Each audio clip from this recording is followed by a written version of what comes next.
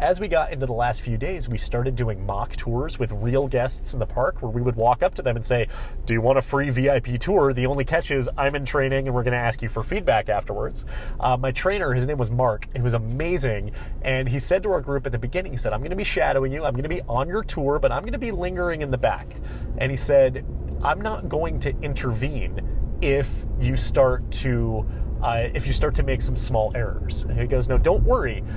I am not going to let you lead your tour off a cliff. However, I will let you lead your tour into a broom closet. Tap into innovation at IAAPA Expo, the biggest industry event of the year.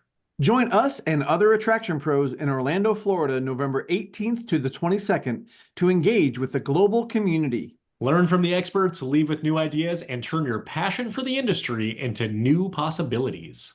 Register now using the link in the show notes to save up to 30%. Welcome to the Attraction Pros podcast, where we discuss the latest trends and challenges facing the attractions industry today. We chat with some of the top leaders in the field and provide resources that will help develop your career in this great industry. I am Josh Liebman. I am obsessed with the guest experience and helping attractions make that their top priority for success. And I'm Matt Heller. I am passionate about organizational effectiveness, leadership development, and employee engagement. Now sit upright, hold on tight, and get ready for the Attraction Pros podcast. Hey, Matt, how's it going? It's going fantastically, Josh. How are you? I'm doing great. Not only did I get to hear that you're doing fantastic or fantastically, but got to see it because we were well, I get to see it anyway. We're recording on Zoom. But we're in the car together right now. In person. In real life. We don't do this very often. No, we don't. This is super exciting. We are in Hollywood, Florida. We are cruising down Ocean Drive right now, in between the Intercoastal and the Atlantic Ocean. And we are at the International Association of Adventure and Trampoline Parks annual conference at Margaritaville, Hollywood Beach. That was a lot. It was. But very cool to be here. It is very cool to be here. So, the topic of this episode is not going to be about trampoline parks. This is going to be... Although it could be how we jump around. Okay. It could be. Different topic. Yeah. I think this should be about leadership. What do you think? Should we record a podcast on leadership? You know, it's a subject we rarely talk about, so yes. This will be a nice change of pace. Let's go ahead and do it. Yeah. So, Matt, I know that we've covered leadership lessons from a lot of different sources before. In fact, many of them have been from your recent travels, whether to a country that starts with I, like Ireland, Iceland, or Italy, or from traveling around the United States and riding roller coasters. I have learned some leadership lessons recently as well, not from travel, but from an online course that I just took. Okay, and so this is not something from like your professional travels and things. This is actually something, like you said, from a course that you took. So this is, would you say that it's industry related? Not in the slightest bit. Okay. Yeah, so we are going outside the industry to learn leadership lessons that can apply directly to the industry. Didn't have to do with the industry, didn't even have to do with leadership, didn't even have to do with training employees, which really ties in with a lot of the lessons. But it was something that, as I was watching it and as I was learning, I was really taking a lot of notes and thought that they could be applied directly to leaders in the attractions industry. Well, I cannot wait to hear what these are. So I've got 9 tips, lessons, maybe little tidbits here that relate to, like I said, leadership as well as kind of training and development of new team members. Should we get into them? You've got me on the edge of my driver's seat. Okay, well, be safe for both of our sake, please. I will be. Yeah. Yes. All right, number 1. Is it training or is it learning? When we talk about the actual learning and development phase, we use the word training, but that is from the perspective of the facilitator. Whereas if we were to call it learning, that would be from the perspective of the participant, of that new team member, and maybe that would reframe some of the way that we actually apply it. Is it the team member going through training, or is it the team member who is now learning how to do this skill or learning how to do their job? And if we look at it that way, then that might change and enhance some of the perspective. Love it. Number 2, the 3 C's of leadership and particularly training: commitment, consistency, and keeping it cool. So as far as commitment goes, it's easy to get distracted. I oftentimes hear of training situations that might start to go a little wrong because the trainer might be the manager and they get pulled into another situation, and that might kind of disrupt things a little bit, and then that really delays and pushes back the training. And the other part about consistency is that your training process should be in place for every single new team member, as well as within that individual team member of your consistent style of training and your style of leadership. And the last part here about keeping it cool, it's easy to get frustrated when we're not seeing immediate results, but we need to know that that is part of the process, that those learning moments happen when the team member is not demonstrating immediate proficiency or immediate excellence with what it is that you're teaching. Number 3, incentives and rewards don't reinforce the behavior. So yes, I am talking about the infamous pizza party that maybe you can cut out of your incentive or reward program, because what it does is that the team member starts doing it for the incentive, not because it's their job, and not because they need to do it. So if you plan to have an incentive program, it's better to have it be more reactionary, maybe a little bit more of a surprise to that team member or to the team who really showed the results, rather than we're doing this because we're all going to get XYZ at the end of the summer if we hit these sales numbers.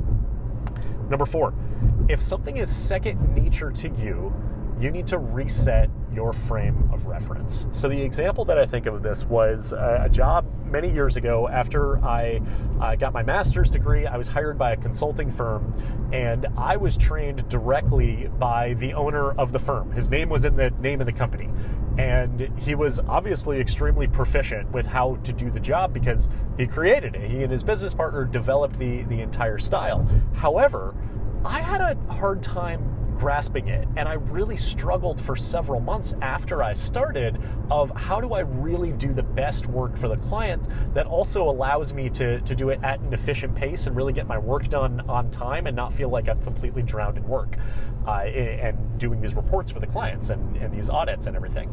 So what I did was I completely deconstructed the process, and I essentially honed in on every single tiny little component of it and determined, okay, what needs to be done in order to do this? What do I need to do to be able to do this? And created some spreadsheets to track my performance and got really granular into the weeds with it.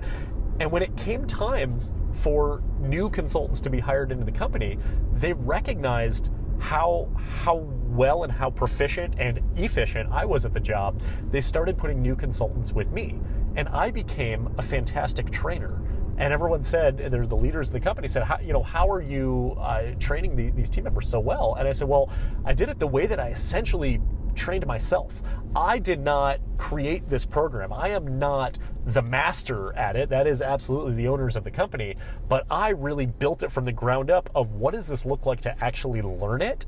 And then how can someone else learn it as well, who it's also not second nature to? Number 5, stay neutral with positive performance. So we like to really celebrate when team members do an amazing job, but what that happens is that puts some pressure on that team member, because now they might not necessarily be doing the job because they need to do it or they feel good to it, but now they're doing it because they feel pressure from their leader to do it, and that can cause a little bit of anxiety, and that might make them that might continue to see some positive behavior, but will they be 100% comfortable in it, and will they be worried if they do the job proficiently but not to the extent that they hadn't been doing it previously? So we try to maybe avoid some of the touchdown dances when your team does a great job and be neutral with it. The flip side of that, number 6, is stay neutral with negative performance as well. So you want to make sure you redirect instead of punish. And I know this is something that we have talked about a lot, as far as you let them know this is what the standard is, this is what you do, this is what we're going to do again next time. This really ties back with one of the 3 C's, keeping it cool, and taking the emotion out of it and making it very straightforward. Number 7, let them make mistakes in low stakes environment. So when I think about this, I was thinking back to when I was working at Universal Orlando and I was training to be a VIP tour guide. And after, I think there were 2, maybe even 3 weeks of training, it was a very intensive process. As we got into the last few days, we started doing mock tours with real guests in the park where we would walk up to them and say, do you want a free VIP tour? The only catch is I'm in training and we're going to ask you for feedback afterwards. My trainer, his name was Mark. It was amazing. And he said to our group at the beginning, he said, I'm going to be shadowing you. I'm going to be on your tour, but I'm going to be lingering in the back. And he said, I'm not going to intervene if you start to make some small errors. And he goes, no, don't worry. I am not going to let you lead your tour off a cliff. However, I will let you lead your tour into a broom closet. And he said, as much as I want to intervene and jump in and stop it, I'm going to let you make those mistakes because we're in a very low intensity environment that we're in. Number 8, the best punishment for poor performance is the natural consequence of their actions. So you probably have a disciplinary procedure of verbal, written, final warning, termination, but also try to tie in how does it impact that individual directly. So one example is of attendance. And if you have a team member who is regularly tardy or they're regularly calling in, yes, you can apply those steps for documentation, but also talk about how it impacts their paycheck. Calculate the amount of money lost by coming in 10 minutes late this many days in a row, or the amount of times that they've called in for some things that might not necessarily be the most valid reasons to call in, or if they needed a personal day or anything like that. Another example actually came up earlier at the IAAPA conference where we were talking about cell phone policy for team members. And they were talking about how if there is a court monitor, the court monitor is observing all the guests who are on the trampoline court at that time, and that is a very intensive safety position. If they are on their phones at that time, and if there's an incident and they pull the video footage, that team member could be called in to have to appear in court. And they talk to their team members about it and say, first of all, yes, that is absolutely a terminable offense, or at least strong disciplinary, but do you really even want to go to court? Is it worth it for you to have your phone on you knowing that that's a possibility? So that's the natural consequence that the team member would receive in addition to any discipline from the actual employer. And number 9, the final one, and I know that you're agreeing with all of these. I think you are. Actually, I'm open to your opinion, but I know this is something that we've talked about a lot. Training and learning is ongoing. So it is not one and done. If you go through 3 days of training, it is not necessarily going to create the most proficient team members in their job. They continue to get better at it over time. So keep reinforcing the positive behaviors while coaching and improving the negative performance, doing it as straightforward and with a neutral tone as possible, along with all of the other 8 tools, tips, learnings from this list right here. Wow. Yeah. Wow.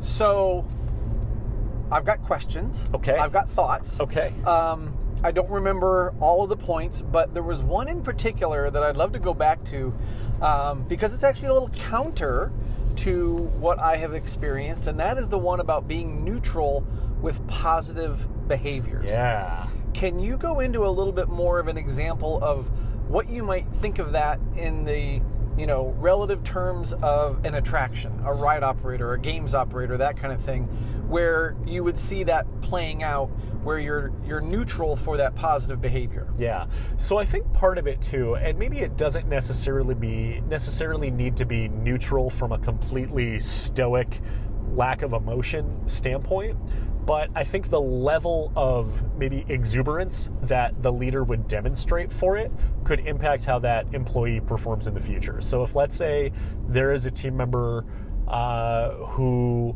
let's say a ride operator. Let's say that ride operator is moving with urgency on the platform to make sure that there is an efficient operation, that the lap bars and seatbelts are getting secured in a timely manner. They're dispatching with intervals. You can see the beads of sweat coming off that team member. Would you, as a leader, pull that team member aside and say, hey, that was amazing. You did an absolutely spectacular job keeping this operation running and flowing and doing, going above and beyond what we expect from that level of enthusiasm and that level of efficiency. And you're making sure that that guests are staying safe and being satisfied. And that is exactly what we want to see from you every single day going forward.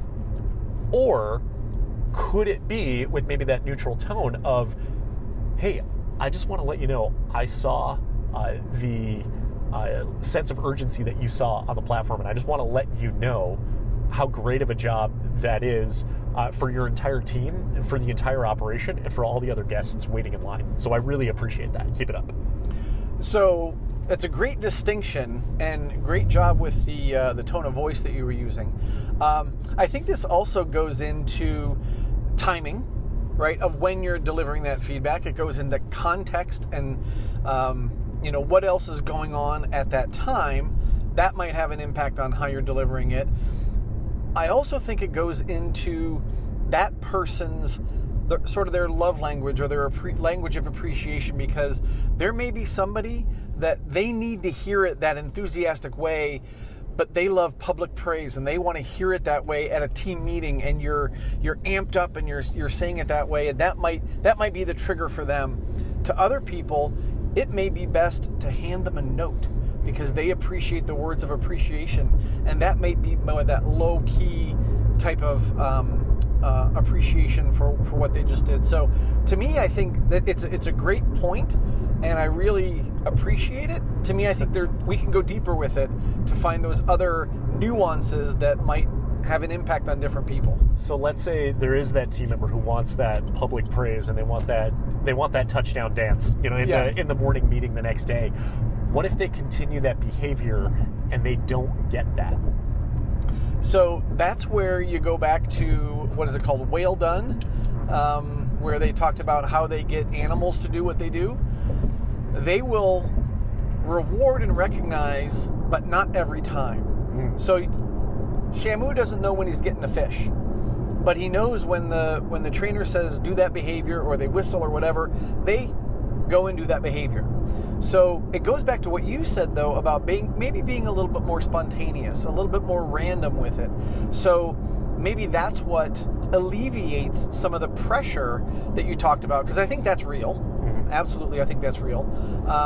But I think if you take away, that it's going to happen every time, I've got to perform at my 100 best every time, then that might remove some of that pressure. So again, I think there's a lot of nuance to it, especially when you think about human behavior. But I do think it's something important for people to recognize that sometimes that the second Josh voice of the more subdued delivery can actually be more impactful than the exuberant one, especially if it's the wrong timing. Yeah, for sure.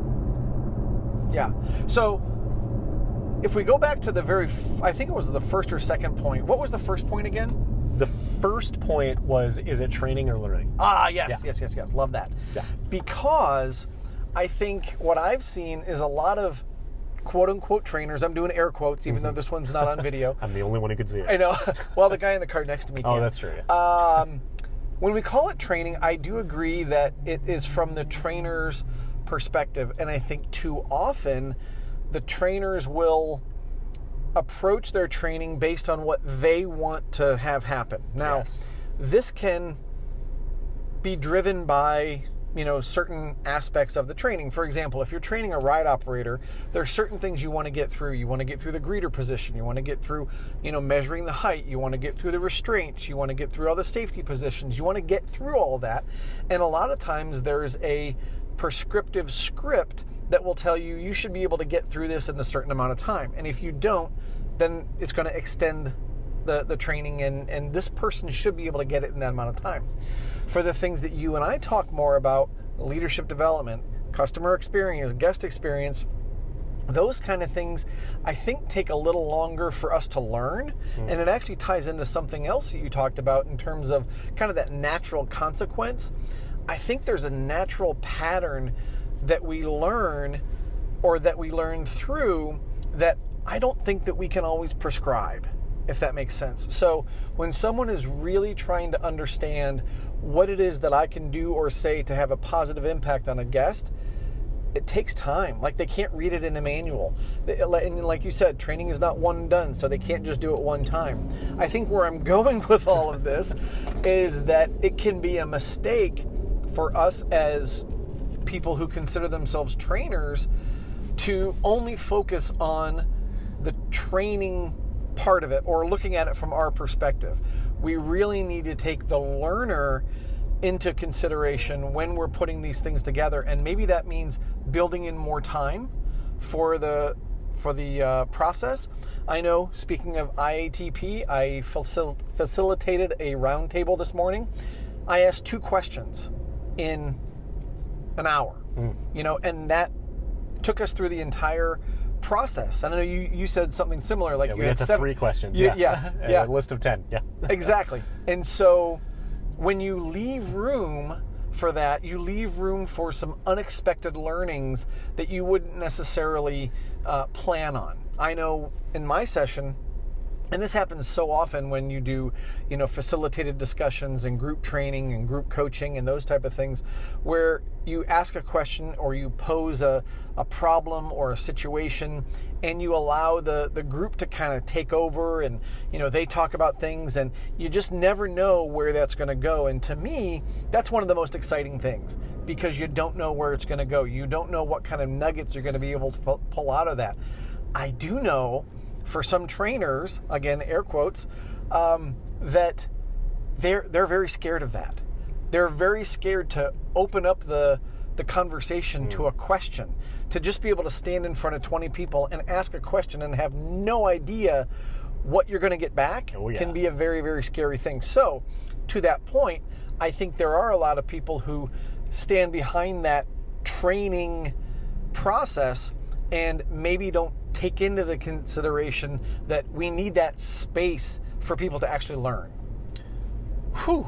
Yeah. So you kind of actually just linked the number 1 and number 9 together. You're welcome. Yeah. I mean, that was a full circle insight right there. So the training process, or the learning process, as we know, is ongoing.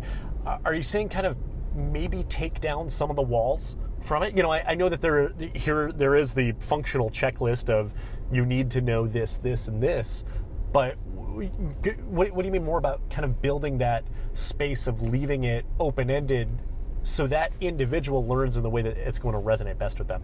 Well, I think taking down the walls, I think, when you say, again, we'll go back to the ride operator training, because that's something you and I know very, very well. If you say, you're going to train this person on this new ride, it's going to take 3 hours to go from here to here to here to here, and this is all the things they should know. Maybe we need some more flexibility in there, right? Maybe we need some more opportunity for that person to ask questions, because I know that's also what happens, is that the trainer will be in the mindset that we've got to get through all this stuff. We've got to get through the checklist. We've got to do this. We've got to do that. And what happens is they get through the checklist, but they haven't learned anything. Right. The team member hasn't learned anything. They haven't given them the opportunity to ask questions and to really, even from a trainer's perspective, have they done the due diligence of checking in with that person? Or did they kind of skip it because, hey, if I'm training Josh on how to run Millennium Force and we get to the end of the checklist, if I ask him, does he understand, and what questions does he have, that's really going to screw up my timing. So I can't ask him that. I wouldn't say it would be that drastic, but I do know that taking down some of those time frame barriers might open up some of those opportunities for more questions. I also think that it's also a function of what you're training. You're training safety training, you're doing ride operator training, you're doing tactical or practical training. It can be easy to fall into that trap. Well, if you are doing something more, like I said before, like what you and I do, more of the kind of the thought process. You're getting someone to think differently versus getting someone to put their hands on a button or put their hands on a lever and pull it and see what that feels like and see what that does to the machine. That's a very different process that you're going through. So that probably takes even more time than you would ever imagine. So I'll ask the big question here, because training is usually a budgeted hourly expense. How do you allocate for that? Well, I think you have parameters, right? And you also have to be really consistent with your trainers, the people doing the training, because they have to be able to assess, is Josh getting it or not, right? Is Matt getting it or not? Because if they've gone through the process and they say, hey, we've taken, the X amount of time that we're supposed to take, they're not getting it, I know that I can spend another 15, 20 minutes with them and they will get it, then more power to them. Let them do it. And that extra quarter of an hour added to the trainer and the trainee might make all the difference in the long run. Exactly. Exactly. But I think there should be a range. Training someone on a new ride, a single operator ride, that should maybe take, and I'm just throwing it out there, between 2 and 4 hours. So now you've got a good amount of leeway that if you do need to ask questions, you do need to do things again, you do need to allow them to practice a little bit more, then you've got that leeway. If they get it in 2 hours, wonderful. And if it is budgeted, let's say 2 to 4 hours, it needs to be stressed for the trainer that their goal is not to come in under budget. Right. Is like, do not, just try to fall below 4 hours or get it in 3 hours or hit 2 hours and be done with it and consider that a success. That doesn't necessarily mean that it is done or that you achieved it. You achieved a very short-term goal, but did it achieve the long-term goal? Well, and then what you just said was critical. What does success look like? When you're training someone, when you're getting them to learn, what does success look like? So I'll go back to even what you said about, training and learning. Is the success that you got through all the material in 3 hours and you checked everything off? Or is the success that the person actually absorbed it and they are able to apply what you've learned, and now you can set them loose into the operation and they're doing exactly what you taught them because they actually learned it? Yeah. So would that be comfort? Is that the measure of success? Of if I've just been trained on something, yes, I know it, but the next level is I feel comfortable detaching from you, right? And and going and doing it on my own. Well, I would say confidence. Maybe. Yeah. Yes, absolutely. It's more C's, right? Yeah, exactly. And competence. Well, I was going to say, to me, it comes down to confidence and competence. Right. In fact, you've probably heard me say this before, when I was at Universal, Kirsten Abbott West was my director in learning and development, and she said we have 2 jobs. We have to build confidence and competence. And I think that holds true in any training and learning environment, but it also holds true with leaders. Like, a big part of our job as leaders, and even you and I as podcast hosts and workshop facilitators, is we have to build competence. So we have to teach some skill or, build their knowledge, but we also have to grow their confidence so they actually want to do it and they're actually willing to step out of their comfort zone a little bit so that they can learn and grow and get better. Because ultimately, you're never going to learn and grow and get better unless you step outside of your comfort zone. Is there a hierarchy between confidence and competence? I don't know. I think they go together, and I think they feed off of each other. I think when you get more confident, you want to apply more competence. And when you're more competent, you're more willing to take that step so that you can become more confident. So I don't know if there's a hierarchy, but I absolutely think they feed off each other. Cool. Yeah. Anything else? Oh, wow. I mean, you had a lot of stuff there. And if I were not driving a car, I would have been writing them all down so that I could have more input. But I think those were my biggest questions or comments based on your list. Cool. Excellent. Well, I will put this question out to the listening audience. Do you like this format, or podcasters in a car recording a podcast? Right? And maybe I'll get some coffee. You only drink coffee if it's from Italy. It's true. Yeah. That's true. Yeah. Exactly. Cool. This was a fun conversation. By the way, the online course that I took is called Potty Training Made Simple. It was created by Big Little Feelings. I highly recommend it if you're in that phase of life or working on potty training a toddler. And like I mentioned, I watched it with one eye on the immediate goals and then the other being or recognizing the amount of leadership lessons that can be applied in so many other different capacities.